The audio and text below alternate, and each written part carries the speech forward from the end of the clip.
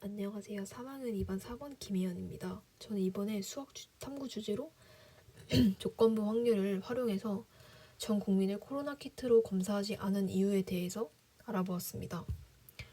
일단 코로나 진단 키트를 한 번쯤은 다들 해보셨을 것 같아요. 학생들이라면 특히.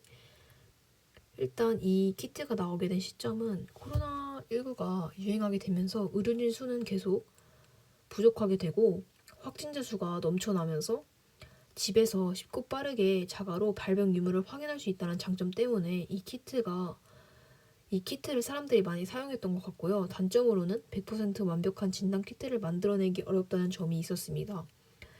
그래서 사람들은 과연 진단 키트의 검사 결과를 얼만큼 믿을 수 있을지 이러한 의문을 갖게 되었습니다.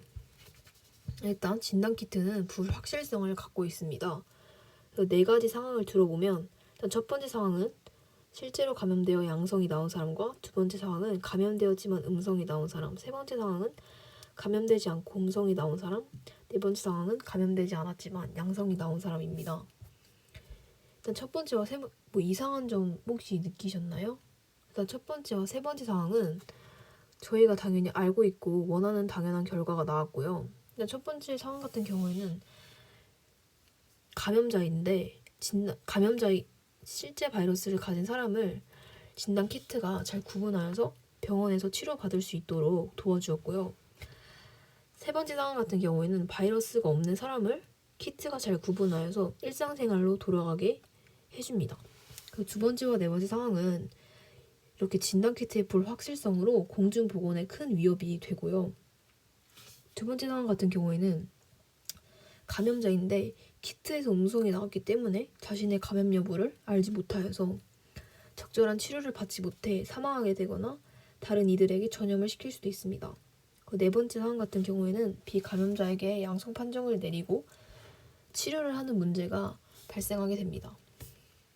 네, 이렇게 불확실성을 평가할 수 있는데요. 진단키트의 성능으로는 민감도와 특이도가 있습니다. 일단 민감도는 실제로 감염된 사람을 진단키트가 양성으로 판정하는 확률입니다. 이게 높으면 감염된 사람을 키트가 잘 탐지하여 병원에서 치료받을 수 있도록 도와주고요. 이게 낮으면 감염되었지만 음성이 나와서 일상생활로 돌아가게 되는데 이때 이것을 방역의 오류를 만들게 됩니다. 특이도는 감염되지 않은 사람을 진단 키트가 음성으로 판정하는 확률입니다. 이게 높으면 비감염자를 음성으로 잘 판단하여 일상생활로 돌아갈 수 있게 해주지만 이게 낮으면 자기는 감염되지 않았는데 겸사 결과에서 양성이 나와서 불필요한 치료를 할 수 있습니다. 네, 일단 제가 예시를 들어봤는데 만 명인 나라에서 그 어떤 회사에서 이제 진단 키트라는 것을 개발해서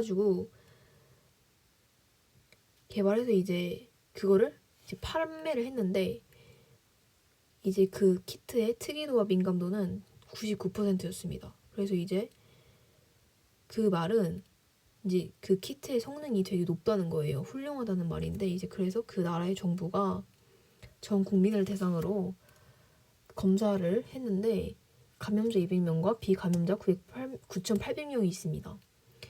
이때 감염자 200명 중에서 검사를 했는데 양성을 받는 사람은 198명이었어요. 하지만 감염되었는데도 음성을 받는 사람은 200명의 1%인 2명이었습니다.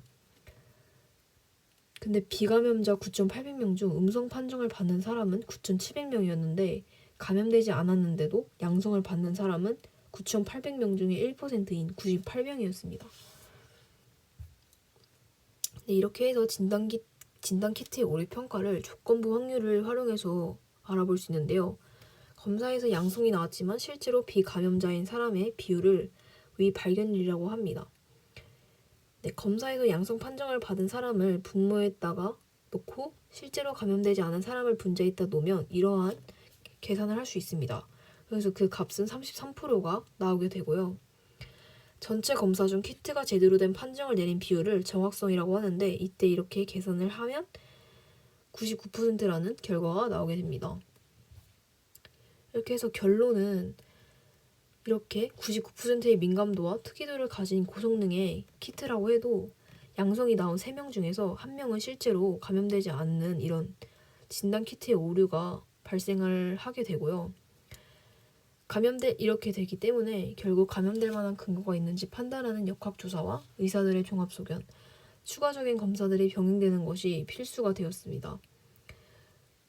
그리고 전 국민을 대상으로 감염을 조사하지 않은 이유는 이렇게 키트가 계속 오류나기 때문에 한 번의 검사로 바이러스의 감염 여부를 판단한다면 의미 없는 지출을 초래하고 병원 업무를 가중시키기